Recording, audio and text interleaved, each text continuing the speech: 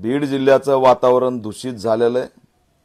बीड जिल्ह्याचा सामाजिक सलोखा पूर्णपणे बिघडलेला आहे आणि बीड जिल्ह्यामध्ये दंगल सदृश्य परिस्थिती निर्माण झालेली आहे। ओबीसी महायलगारच्या नावाखाली हाकेला बीड जिल्ह्यामध्ये जाणीवपूर्वक फिरवलं जातंय आणि हाकेला फिरवणारे बीड जिल्ह्यातील दोन्ही मुंडे हे त्या सगळ्या सभेचं नियोजन आयोजन कार्यकर्ते पुरवण्याचं काम करतायत। या दोन्ही मुंडे यांनी बीड जिल्ह्याचा सामाजिक सलोखा पूर्णपणे बिघडून टाकलेला आहे आणि प्रत्येक सभेच्या आधी बॅनरचा इश्यू क्रिएट करायचा, मग त्या आडून मोठा स्टंट करायचा, कायदा व सुव्यवस्था पोलिसांना वेटीस धरायचं।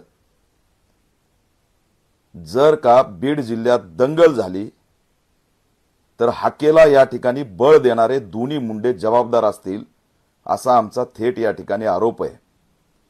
त्यांनी या ठिकाणी ट्रॅपमध्ये अडकू नये। बीड जिल्ह्यातील मराठा असेल, ओबीसी असेल, दलित असेल, मुस्लिम असेल यांच्यात विभाजन करू नये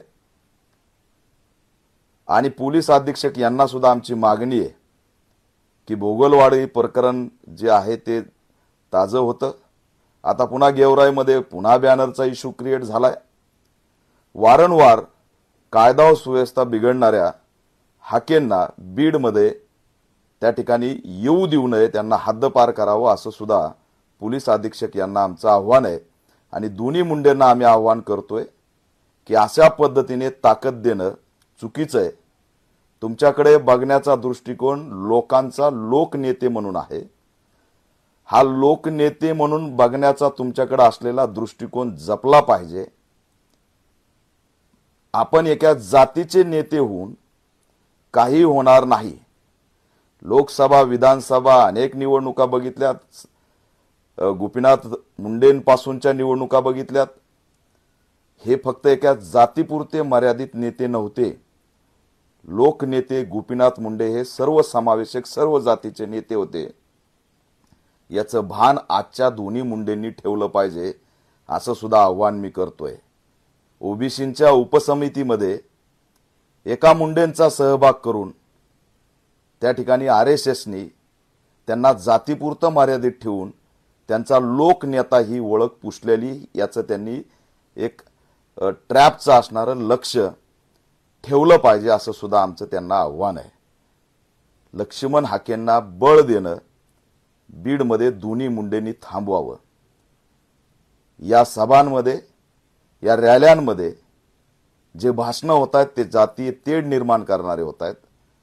बीडचं वातावरण दंगलीच्या उंबरट्यावरती उभा करणारे भाषणं होत आहेत, भडकाऊ भाषणं होत आहेत आणि त्याच्यामुळे जर बीड उद्या पेटलं, तिथं दंगल झाली तर या हाकेंना जे बळ देत आहेत ते सर्व जबाबदार असतील असं सुद्धा आमचं या ठिकाणी मत आहे।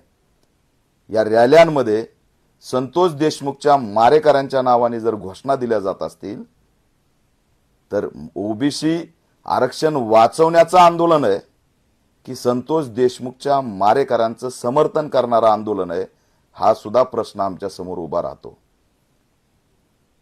व्यवस्थेच्या विरोधात इथं कुणीही बोलत नाही, केवळ जातीच्या विरोधात बोललं जातं आणि म्हणून बीड जिल्हा म्हणजे महाराष्ट्र आहे का असा प्रश्न सुद्धा आम्ही ओबीसी नेत्यांना विचारतो।